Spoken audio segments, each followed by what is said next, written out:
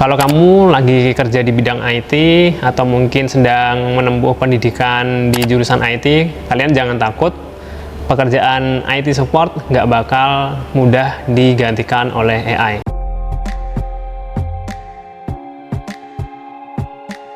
Belakangan ini, ketika kita buka media sosial, pasti kita menemukan postingan yang dibuat dari AI. Ada AI yang bisa membuat artikel, ada AI yang bisa generate video dari teks, sampai ada AI yang bisa buat aplikasi dari nol. Jujur agak deg-degan ya sebagai pekerja IT, gimana nasib kita di masa depan nanti, apakah pekerjaan kita bakal digantikan oleh AI. Kali ini saya akan bahas tentang IT support. Jadi apakah pekerjaan IT support ini bakal digantikan oleh AI atau robot ya teman-teman. Seorang IT support, seorang pahlawan tanpa tanda jasa yang dicari oleh banyak orang ketika ada masalah IT di kantor, misal kayak wifi mati, printer trouble, server nggak bisa diakses. Dan di video kali ini saya akan bedah kenapa AI nggak bakal bisa gantiin peran IT support, atau mungkin AI bakal nangis kalau ngerjain job desk IT support. Kalau kamu lagi kerja di bidang IT atau mungkin sedang menempuh pendidikan di jurusan IT,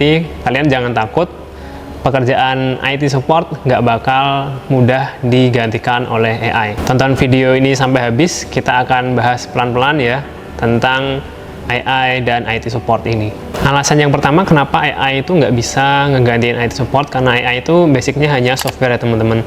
Belum ada robot di dunia nyata ini yang bisa nggantiin peran IT support. Jadi kalau misal ada printer trouble, ada wifi yang butuh dipasang di atap, bongkar-bongkar PC, nah itu AI belum bisa melakukan itu ya teman-teman. Jadi hal-hal yang berhubungan dengan hardware dan network yang bentuknya masih fisik ya, yang butuh sentuhan fisik, AI belum bisa masuk ke sana. Terus kemudian jika ada masalah di kantor ya, misalkan ada user atau pengguna atau karyawan yang nggak bisa pakai wifi, mas ini wifi-nya nggak bisa dipakai, ini kenapa ya? Jika di kantor kalian nggak ada IT support, otomatis si karyawan tersebut akan tanya ke AI, dan AI akan menjawab, silahkan kalian cek wifi-nya, kalian cek IP address-nya, kalian cek routernya.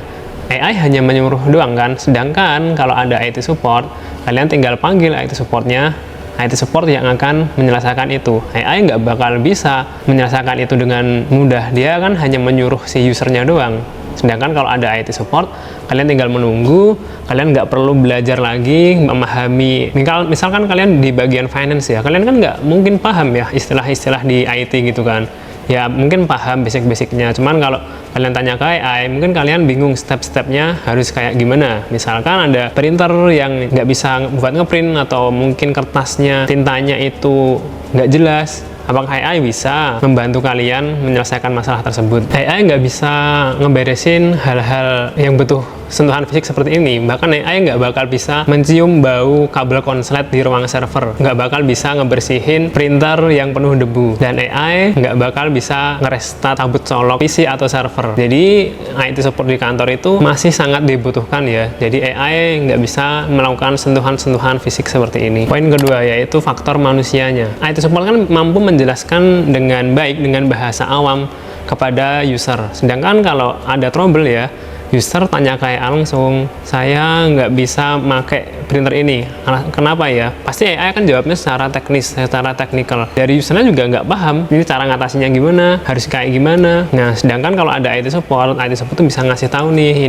ini rusak karena ini nggak bisa dipakai karena ini, kalian harus melakukan ini. Jadi ada pendekatan yang berbeda antara bahasa robot dan bahasa manusia. Terus AI itu nggak punya empati dan insting, sedangkan kalau IT support dimintai bantuan ya, kita kan akan pelan-pelan nih, gimana pak, apa ada yang bisa saya bantu, coba klik ini pak, pelan-pelan, coba ikutin step saya, seperti itu ya. Sedangkan kalau AI, dia akan menyuruh si usernya sendiri, misalkan direkturnya atau CEO-nya, dia ada trouble saat melakukan meeting, AI kan pasti akan menyuruh si CEO ini kan, nggak kayak IT support, dia si AI yang akan menyuruh si CEO-nya, jadi malah dia yang ribet sendiri, udah panik, mau meeting, internet nggak bisa, terus proyektor nggak bisa, zoom-nya putus-putus, koneksinya nggak stabil. Apakah AI bisa mengatasi itu dengan bahasa yang lebih enak, dengan pendekatan yang lebih mendalam, jelas nggak bisa. Hal ini yang IT support harus tetap ada di kantor. Yang ketiga, sistem kantor yang ajaib atau peninggalan device zaman prasejarah. Alasan ketiga ini, dan ini fakta lapangan banget. Di internet kalau kamu lihat presentasi teknologi, semuanya serba modern, serba canggih. Padahal kenyataannya itu nggak seperti itu, teman-teman.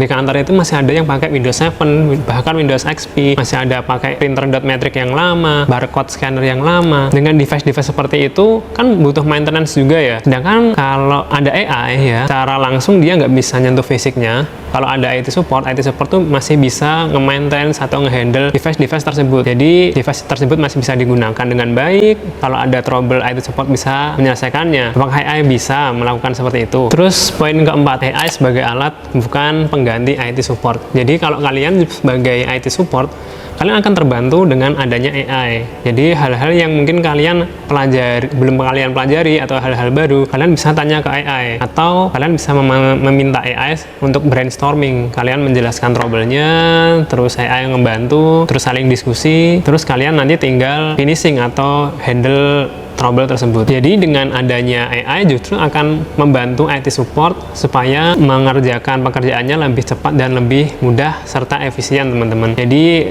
AI itu nggak bakal bisa ngegantiin peran IT support, tapi IT support dan AI itu bisa bekerja secara berdampingan dan bikin kerjaan kita lebih efisien. Jadi kita bisa bagi tugas dengan AI ya. Ada user yang email ke kita. Biasanya kan banyak tuh, ada minta bantuan atau email, lewat chat, atau lewat permintaan langsung. Nah, biasanya yang lewat email atau chat ini kita bisa minta bantuan sama AI, teman-teman. Jadi kita sambil ngerjain apa gitu ya, ngerjain yang lain, terus ini email dari user, email permintaan tolong gitu ya, biasanya saya butuh ini, saya tolong settingkan ini, tolong perbaiki ini.